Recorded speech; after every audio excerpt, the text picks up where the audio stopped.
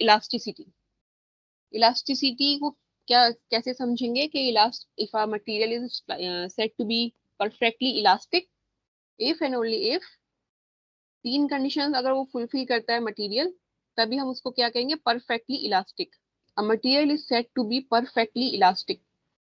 Perfectly elastic उसे तब कहेंगे जब लोडिंग और अनलोडिंग के बाद the deformation and recovery are instantaneous. यानी जब उस पर लोड लगाया, वो एक पॉइंट तक उसमें जो है एक्सटेंशन हुआ, और जैसे ही वो लोड हमने हटाया, उसके बाद जो डिफॉर्मेशन है, जो उसके अंदर एक्सटेंशन या इलोंगेशन, जो भी चेंज इन वॉल्यूम जो भी कुछ आया, जैसी लोड हटाने के बाद उसने रिकवरी करी और वो अपनी इनिशियल स्टेज या कंडीशन या शेप में वापस आ गया, फौरन ही फौरन, मतलब इंस्टेंटेनियस का मतलब होता है उसी ही, जैसे ही रिमूव करा वैसे ही वो वापस आ गया। उसमें कोई टाइम नहीं लगा कि बहुत टाइम तक वैसे ही रहा या धीरे धीरे बहुत टाइम लेके पीछे आया। इंस्टेंटेनियस होना चाहिए, फोर्स लगा आगे गया, फोर्स हटा पीछे आ गया।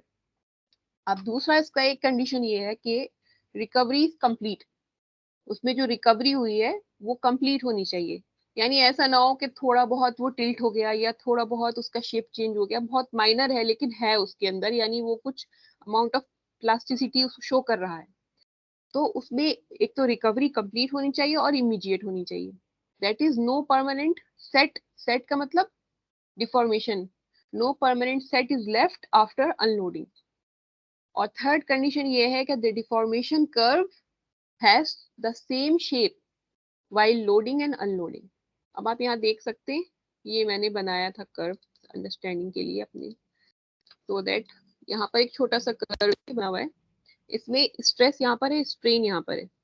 तो जब आपने एक जगह एक फोर्स लगाया लगाया वो उस पर लग रहा है, वहां गया वो, और अगर ये वापस यहीं से वापस आ गया जीरो पर, तो ये परफेक्टली इलास्टिक है।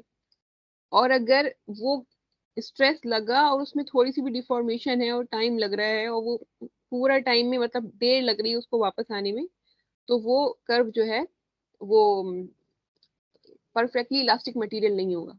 ठीक है।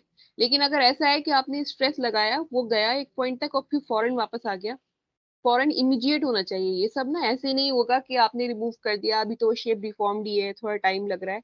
इंस्टेंटेनियस का मतलब ये है कि फौरन।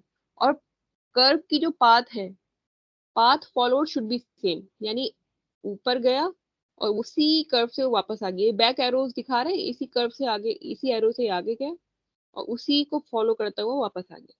तो उसे हम कर्व की फॉर्म में ऐसे हम अंडरस्टैंड कर सकते हैं कि क्या मतलब है थर्ड पॉइंट का, कि द डिफॉर्मेशन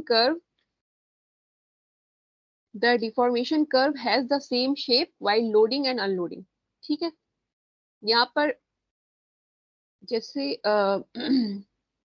आप इसमें जो माइल्ड स्टील का कर्व होता है उसमें जो इलास्टिक लिमिट होती है, तो इलास्टिक लिमिट का मतलब यही होता है कि इस पॉइंट तक अगर आप लोड लगाएंगे तो वो एक्सटेंड होगा, और जैसे ही आप लोड हटा देंगे, जीरो कर देंगे, तो वो फौरन वापस अपनी ओरिजिनल पोजीशन में आ जाएगा। ठीक है।